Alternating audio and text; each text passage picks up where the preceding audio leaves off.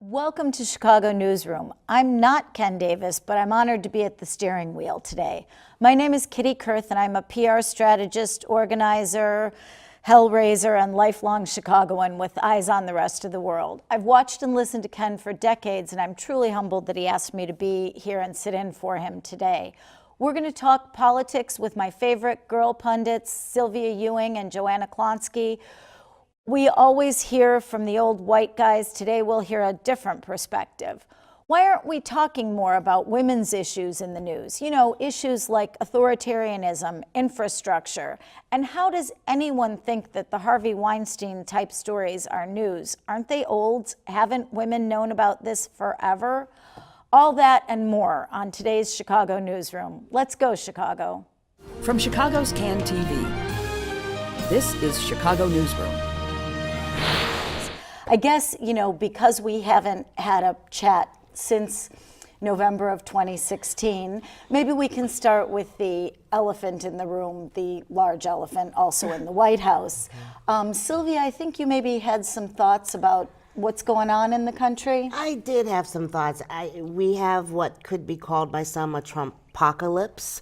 And I think that it's important to note that there is an opportunity for an intersection of media and of community to happen that didn't quite happen. I think that a lot of my former colleagues as a former journalist just thought this would never happen. And if you took the pulse of regular people, there was a lot of fear and there was a lot of desperation. And I actually knew that he could be elected because a woman that I knew said she was going to vote for him. And she wasn't crazy, but she was desperate. And I think that there was a pulse that was missed. And then I think that we allowed him to take the narrative and this, you know, with Breitbart and all of these experts on propaganda, you know, the likes of which we hadn't seen perhaps since Rumsfeld, they were allowed to take the narrative over. So I think there's a lot of catching up to do in terms of the story of the country. You hit on a really good point. I'm actually as fearful about freedom of the press and about media issues as about any political issues. I think politics we can recover from in an election, but encroachment on media, Joanna, are you feeling that? Are you concerned about Trump's feelings on freedom of the press? Well, certainly I think that the moves towards repression and the constant attacks, the entire fake news narrative where they've tried to redefine mainstream media outlets as fake news like CNN and the New York Times, has all been, those are warning signs. Those are early stage signals of an authoritarian regime on the move. And so I think we all have to stay really vigilant about that sort of thing. I work in Chicago politics, so it's easy to sit in the Chicago bubble and think everything's fine because the Chicago reporters aren't feeling the heat in the same way that perhaps the White House press corps is. Right. I think that's a really good point. Here in Chicago, we're in kind of a blue political bubble, but also a blue media bubble. I think even when the mayor gets mad at the reporters, he still wouldn't shut them out of a press, throw people out of a press conference. Well, I don't know, Joanna. Some of this even began with the Bush White House when access was denied. And so that fear of losing your access became something that was quite real for journalists. But I think that we can't overlook the impact of the internet. We can't let algorithms take away the public square and the democratic role that a strong media plays in this country. And that is one of my biggest fears, that people who believe it because they saw it on the internet and don't see, you know, the lack of an editor and the lack of vetting and the lack of true journalistic values and principles in what they're consuming as news. I was in Indonesia in the spring, and I was originally going to do democracy training, and they said, oh, by the way, can you talk about fake news and about how to tell what's fake news? Because here in Indonesia, in our last election, they had all these fake news things. So it's not only the US, and what I'm worried about is just as a way that US can be a leader in politics, for good, we can also be a leader in politics for bad. So how can what do you think citizens should do to arm themselves for truth and finding truth? And Well, I mean, start by being an informed consumer of the media. You know, really understand, don't curate only what you think reaffirms your views. Be open to other discussions, but look at the strong professional organizations and the community organizations that are transparent, that have vetted their facts. You know, some of those old journalist things, if your mother tells you, ask someone else, those things are still true. I just want to give a shout out to City News Bureau here in Chicago. And if your mother says she loves you, check it out. Because I used that in Indonesia, and then everywhere after that I heard, I kept getting like pinged from the students, like, if your mother says she loves you, check it out. That's right. So, what else is on your mind? What do you think we should talk about that the majority pundits forget? Well, I love that you're doing this, and I love the intergenerational aspects of it. I love to have women of a certain age, you know, and I'm comfortable saying that I'm 60 years old. I think that's important, because if we don't see role models of people who are older, and I love being with someone who is really a dynamic and important force in Chicago doing critically important work, generally behind the scenes, Joanna Klonsky. And I think that we need to come together more in these conversations that cross the bridge, so to speak. So I see attacks on identity of African Americans, of immigrants, of women. You know, I see that as being fostered in this environment of meanness. You know, I wrote about that in a piece in Yoga Chicago, that we're in this atmosphere of meanness that I think this president and this administration fosters, and I'd love to talk about that as well. And Breitbart and the alt-right. That's right. I am as worried about their views on white supremacy as I am on their anti-women focus. Joanna, Sylvia and I are women of a certain age, and we have known one another for 30 years. But what do people your age and the kids, my intern kids. But you work with young people on campaigns. You talk to people. Sure. And first of all, I just want to say thank you for your kind words. And it's such an honor to be here with the two of you, who I look up to so much. And it's nice to have women, if you want to use the phrase, of a certain age, to really reach back and guide younger women who are coming up in the pipeline, particularly in progressive politics, where, just like in all other politics, it's still a male-dominated space, and it's still a white male-dominated space. And even here in Chicago, in our blue bubble, there are too many men at the table. Sorry, guys. There are. And also, just to go back to what Sylvia opened this conversation with about how you weren't surprised when Donald Trump was elected, I'll own it, I was completely shocked. And part of that is because, again, going back to the bubble of being in a blue state, in a deep blue city, and I work in politics where I'm surrounded by very overly confident Democratic political consultants, who mostly men, who were able to make these assertions and say it with confidence about what was definitely going to happen with the election. And so I learned a really important lesson in that election about, you know, always questioning that conventional wisdom. Always, if your mother tells you she loves you, to check it out, even if you're not a reporter. Yep. Although I do think my mother loves me. Pretty sure. I had been traveling out of the country talking about the U.S. elections, and I was trying to project a confident air, but I wasn't that confident. And then the last week before the election, I was with Vice President Biden up in Wisconsin, and we had an awesome rally, and there were all kinds of people that showed up. But during the week of putting together that rally, one of the Wisconsin operatives told me, oh, well, you know, Hillary hasn't been to Wisconsin.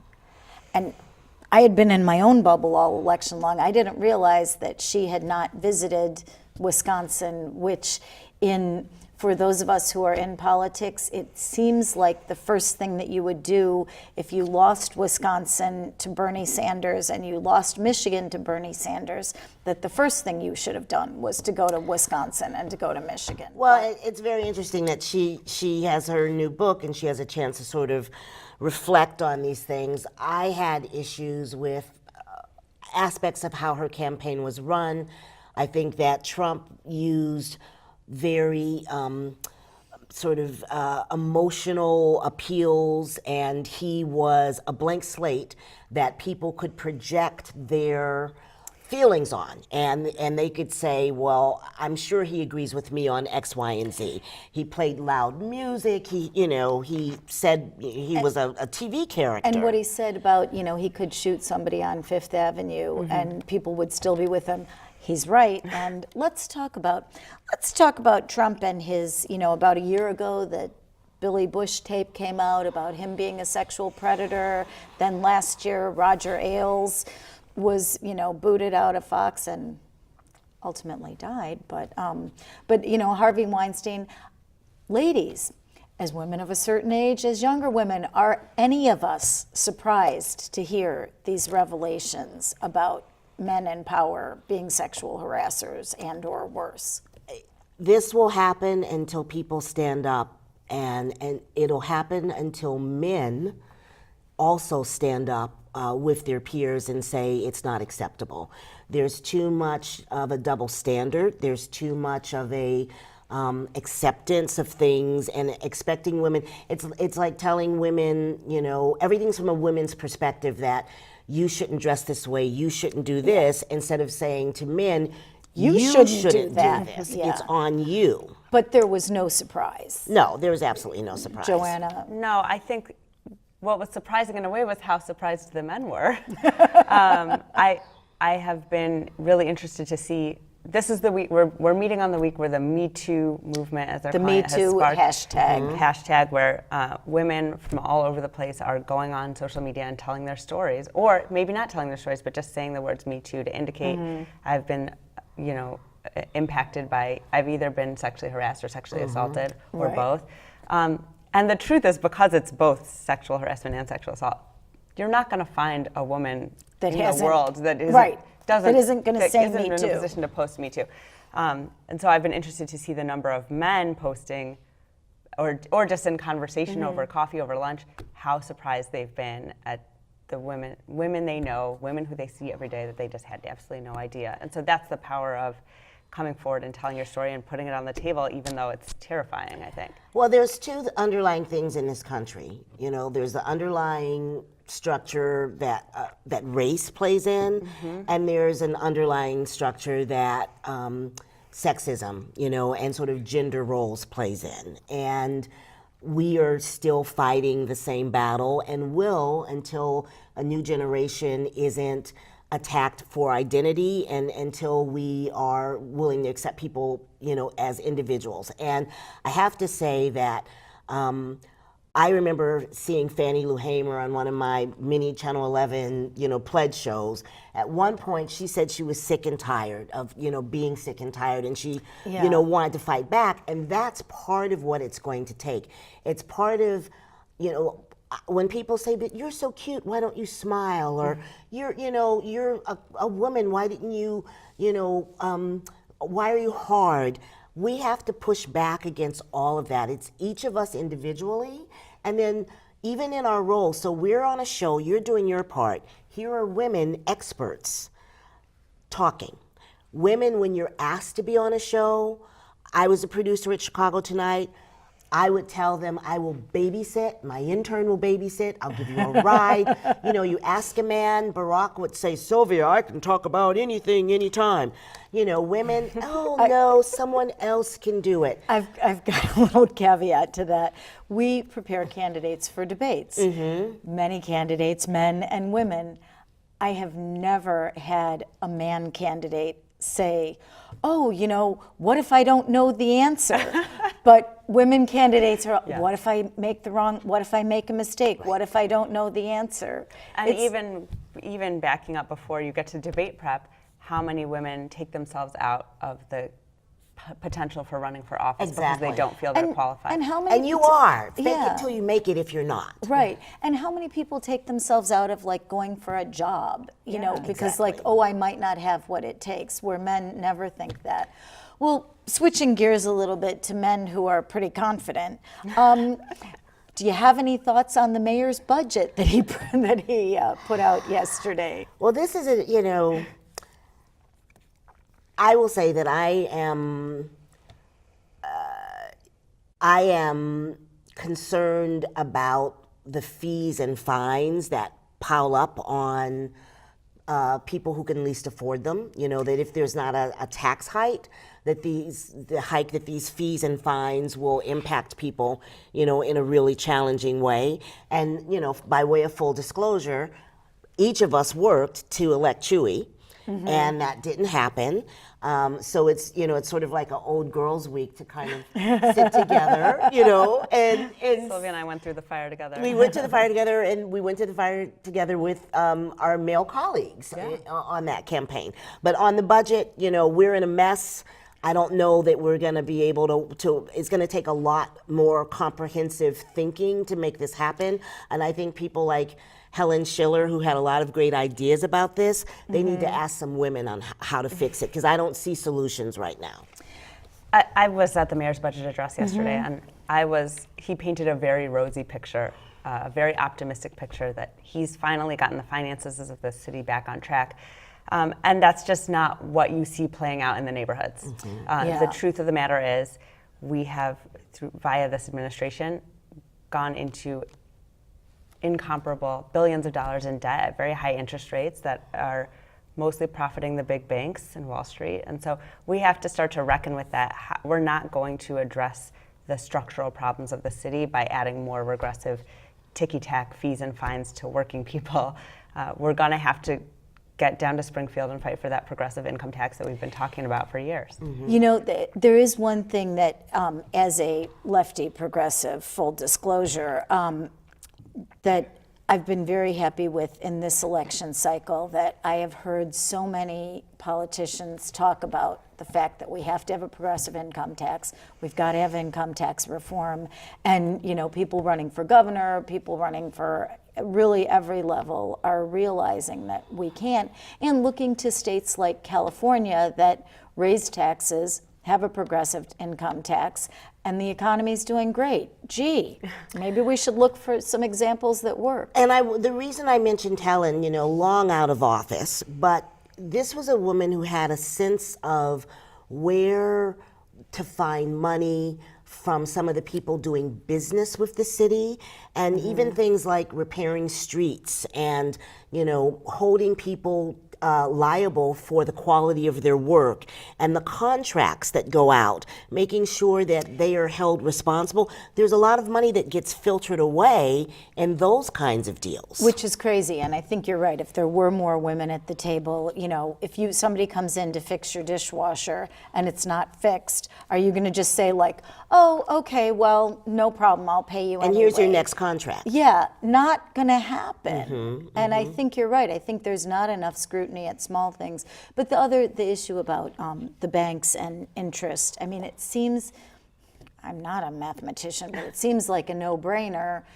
And one thing that Rauner, I think, is moving in the right direction on, and finding myself shocking, but he said, oh, we should refinance at a lower rate. Yeah, maybe we should. There's why haven't we? And there's a sidebar to that there is recently legislation to look at these predatory loans, and to make sure that these companies look to determine if people have the capacity to pay them back. I mean, again, these are those common sense things that, how could you get away with that? Student loan debt, these are the factors that keep us from being whole and healthy as a community when families are under attack in so many ways, because that is something that's driving people under. Right. What else is on your mind, ladies? What do you think we should fix this week? What do you think we should talk about? As long as we're on the topic of, women being at the table, I've been really troubled by the lack of women running for governor in this Democratic primary election. The Democrats are supposed to be leading the way on these sort of issues, and right now we have nothing but men, and mostly white men, older white men, most, as far as I know, straight white men. So there's a real lack of representation in the Democratic primary field right now that's troubling. Why do you think that's happened? Well, I think one large reason is that we don't have a real Democratic Party, a traditional Democratic Party structure in Illinois that can cultivate and activate and engage and train young candidates. You mean like how in Wisconsin there are probably at least 6 trainings a year around the state sponsored by the Wisconsin Democratic Party? And in Illinois, our Democratic Party, to the best of my knowledge, DPI has never sponsored a young candidate's DPI being the training. Democratic Party Democratic of Illinois. Party of Illinois. Right. I would beg for someone to correct me on that. And but it would be a happy correction if it would were be true. a happy correction. I'm excited that they finally have a website. But I guess then let's talk about it. Can we lay some of this blame at Mike Madigan's feet, like all the Republicans are trying to lay the blame for every ill in the world at Mike Madigan's feet? Well, I think that the Speaker has run the Democratic Party of Illinois in a very closed way. It's not a party that you can join in the same way that other states have a party that you can join, you can be a part of, you can climb up the ranks or go learn and be in training. Go to the party it's just convention, that's meet not his style of people. leadership. Yeah. That's true. That's exactly true. And I would come back to how media covers some of that. When I was working news full time, I know that there were 2 things that people didn't really want to be assigned. They didn't want to be assigned Springfield, and they didn't really want to be assigned Cook County. And when you don't look at things, nasty stuff grows in the dark. Mushrooms. So I think that there's some accountability there as well, and which allows for that closeness and allows for the warfare and the power struggles that don't necessarily advance the quality of life for regular people. But I also want to say I commend Toni Preckwinkle for her efforts as a woman leader, who I think has been a tough and a strong woman leader, and the whole, I don't know if I would have handled the sweet tax I was going to say, we have the same to talk way. about the soda tax. If you talk about Toni this month, we have to talk about... Well, and I'm just going to pause it. President Preckwinkle. Well, that's exactly right. That's exactly right. What would have happened if she had just said, you know me, you trust me, I've been a straight shooter, I've tried to do what's right throughout my career. I think this is right, it's a hard pill to swallow, let's do it. Well, I think that's transparency. If we were straighter with the voters, if we told the voters how things are, I think people could get a lot more buy-in at every level. But I think especially here in Illinois, we've kicked the can on the budget and haven't talked about the Illinois budget and haven't told people why we're paying for everything now. I mean, don't you think if politicians were more honest, it would benefit them? I mean, and not just honest, but more transparent. Well, I mean, I think you need to be true to who you are, because there's a naivete that if you're more honest, you may just, you're out of office. But if you are true to who you are, rather than, I don't know if the Bloomberg stuff helped. I mean, this is just my analysis from afar. So, I think be true to who you are. Chewy, be true to who you are. Don't become the I'm going to do 1,000 new cops candidate. What advice would you guys give to all the men running for governor? That's such a good question. A good lieutenant governor, which I know they, Raw Joy is on that and slate as well. And they've done a good job. I think all of the I love Rajoy. I think they've all done, and I love Juliana, and I think they've all done a really good job of picking a strong lieutenant governor. Lots of women, folks of color. I keep saying, like, if Juliana Stratton, Rajoy, and Leticia Wallace were the top of the ticket, like, how excited would my generation be? Yeah. But I do think that question of being inclusive, of listening, and of not being afraid to be as progressive as you can during this primary season, and then stick to it. When you get into that general, stick to it. I think the voters appreciate strong, principled leadership, and not people who are going to capitulate or move back and forth depending on who they're running against. I think the voters can take it. I think one of the reasons why there's often like a thing where people will elect a Democratic governor, but they'll elect a Republican congressman. If the Republican congressman is somebody who's like straight, like, somebody who says, this is what I'm going to do. straight shooter. I don't have to agree with you 100% of the time, but if I know that you have a principle and that you're doing something. That's right. Right. That's Right? exactly right. And if we have time, I think the flip side is that we have to bend over backwards to bring more people into the system, because there's a disenchantment with politics that has always gone on. And in order to really be democratic, we need more people that are actually voting. Which is why I'm so excited that we passed the bill to create automatic Yes, voter registration here in How Illinois. does that work, Joanna? So automatic voter registration, what it'll do, right now when you go to the DMV or you go to another state agency and have to register in some way, they would Or the ask Secretary you, of or the State's Secretary- office. Any Secretary of State's office, and they ask you, do you want to register to vote?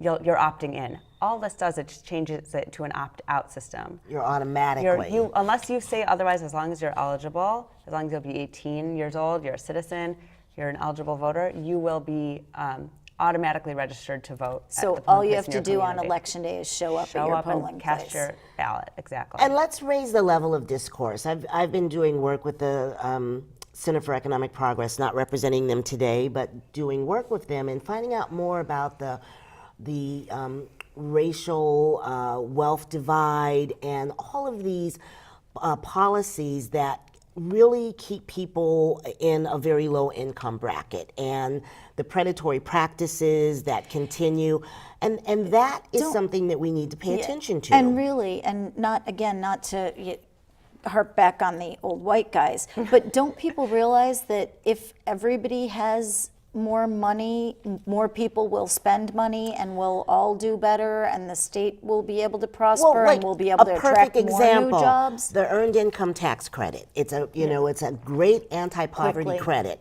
and that's something that people in Washington are attacking, and rather than saying this is a way to lift communities. Anything else you guys are up to or doing that you want to talk about real quick before we close? Well, I will say CEP will do free taxes for people around the city. I'm excited about that, and just happy to do my Yoga Chicago stuff. And I just want to plug the monthly show that I help produce called The Girl Talk. This month our guest will be Toni Preckwinkle, the president at the Hideout. And everybody can come and talk to her about the soda tax. Thank you so much, Sylvia Oh, thank Ewing you. and Joanna Klonsky, for joining me here today. I'm Kitty Kurth. Thanks for watching Chicago Newsroom. Remember, you can watch more shows by going to our website, and you can listen to the show by going to SoundCloud. Thanks again. Thanks, Ken Davis.